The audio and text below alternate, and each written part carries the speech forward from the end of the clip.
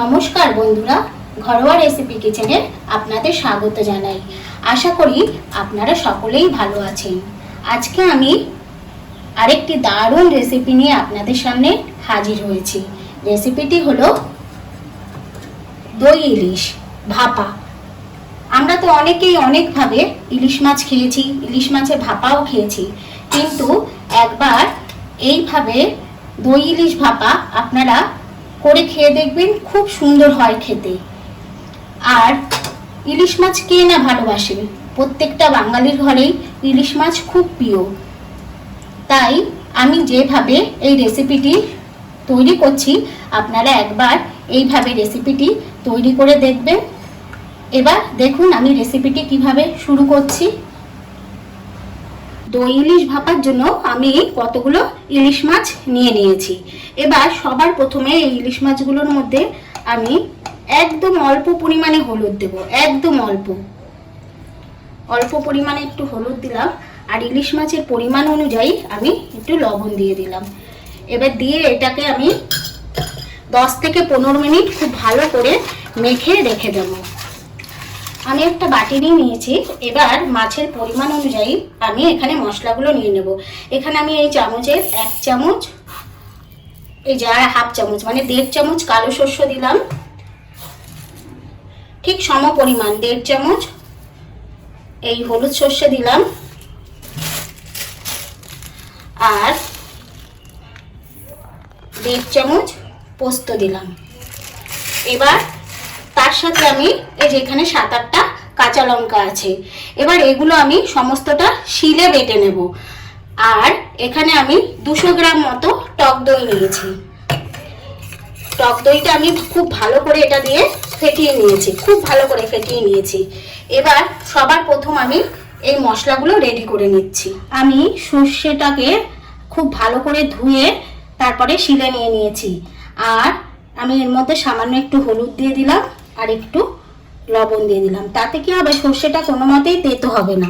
আপনারা যদি শিলে না বাটেন, আপনারা এটা মিক্সিতেও বেটে নিতে পারেন, তবে একটু হলুদ আর লবণ দিয়ে নেবেন। আর আমি এটা শিলেই বাটবো, কারণ শিলে বাটার স্বাদটা খুব ভালো হয়।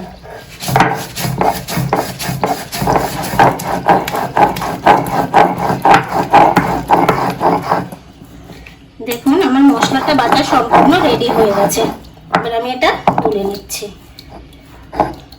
আর আমি কিন্তু এটা খুব মিহি করে বেটে নিয়েছি।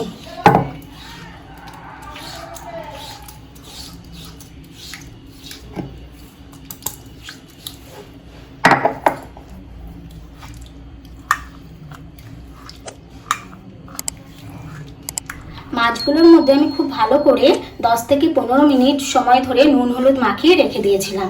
আর ততক্ষণে আমি এই মশলাগুলো রেডি করে নিয়েছি এখানে। আর দইটাও খুব ভালো করে ফেটিয়ে নিয়েছি। এবার সবার প্রথমে আমি এরকম একটা টিফিন কারি নিলাম, এরকম। এবার এর মধ্যে আমি এই দইটুকু দিয়ে দিচ্ছি। আর এবার আমি যে এখানে সর্ষে পোস্ত আর লঙ্কাটা বেটেছিলাম সেটাও এর মধ্যে দিয়ে দিলাম। আর সামান্য একটু লবণ দেব, কারণ মাছেও লবণ মাখানো আছে। সামান্য পরিমাণ লবণ দিলাম। আর একদম অল্প পরিমাণ আমি একটু হলুদ দেব, কারণ এই মাছটা একটু সাদা সাদাই হবে। এবার এটাকে আমি খুব ভালো করে মিশিয়ে নিচ্ছি।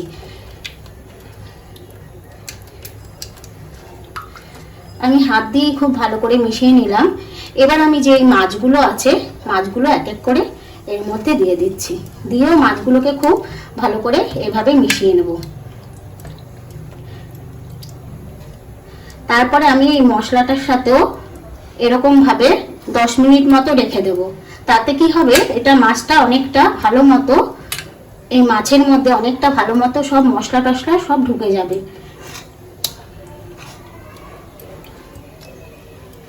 এবার এই যে মাছগুলো মাখানো হয়ে গেল। এবার এর মধ্যে আমি একটু সর্ষের তেল দেব। আমি মাছের পরিমাণ অনুযায়ী এখানে একটু সর্ষের তেল দিয়ে দিলাম। আর এখানে আমি 4 চামচ মতো সর্ষের তেল দিয়েছি। সর্ষের তেলটা দিয়েও আমি একটু ভালো করে মাখিয়ে নেব।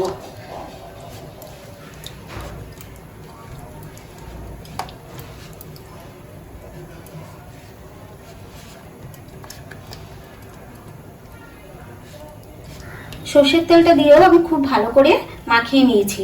এবার আমি উপর থেকে আবার 1 চামচ সর্ষের তেল এইভাবে ঘুরিয়ে দিয়ে দিলাম, আর সাথে কয়েকটা কাঁচা লঙ্কা। এবার একদম আমি এটাকে এভাবে ঢেকে দিলাম।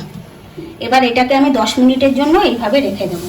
এবার একটা আমি কড়াই বসিয়ে দিয়েছি, কড়াইতে আমি একটু জল দিচ্ছি।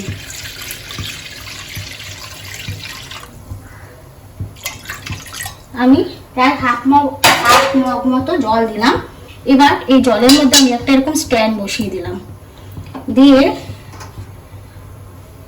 এই টিফিন কারিটা এইভাবে বসিয়ে দিচ্ছি। আরেকটু জল লাগবে, আমি হাফ মগ জল দিয়েছিলাম, কিন্তু আরেকটু লাগবে যেন টিফিন কারিটা ঠিক এই যে মধ্যে আমি জলটা দিলাম। দেখুন, এর থেকে বেশি দিলে ফুটে ওপরে উঠে যাবে। ঠিক এই যে এই পর্যন্ত জলটা দিলাম। আর এখন কিন্তু গ্যাসের ফ্লেমটা আমি হাইতেই রেখেছি। জলটা ফুটে গেলে তখন আমি গ্যাসের ফ্লেমটা একটু মিডিয়ামে, লো টু মিডিয়ামে করে দেবো। এবার আমি এটাকেও একটা ঢাকা দিয়ে দিলাম। এইভাবে এখন আমি 10 মিনিট মতো হতে দেব। 10 মিনিট একদম আমি এইভাবে ঢাকা দিয়ে এটাকে হতে দিয়েছিলাম। এবার আমি এটা তুলে নিচ্ছি। গ্যাসটা এবার বন্ধ করে দিলাম। এবার এই টিফিন কারিটা একটু ঠান্ডা হলে তারপর আমি আপনাদের খুলে দেখাচ্ছি, কারণ এখন তো খুবই গরম, এটাকে এখন খোলা যাবে না। টিফিন কারিটা আমার ঠান্ডা হয়ে গেছে, এবার আমি খুলে নিচ্ছি। দেখুন বন্ধুরা, দই ইলিশটা কি সুন্দর হয়েছে দেখতে। আর বন্ধুরা, আপনাদের যদি এই রেসিপিটি ভালো লাগে তাহলে একবার বাড়িতে এইভাবে রান্না করে দেখবেন। এটা খেতে খুবই সুন্দর হয়, আর গরম ভাতের সঙ্গে তো খুবই ভালো লাগে। আর যদি ভালো লাগে তাহলে অবশ্যই একটা কমেন্ট করে আমাকে জানাবেন, আর সাবস্ক্রাইব করে বেল আইকনটি প্রেস করে দেবেন, যাতে নতুন কোনো ভিডিও আপলোড দিলে সবার প্রথম আপনাদের কাছে গিয়ে পৌঁছয়।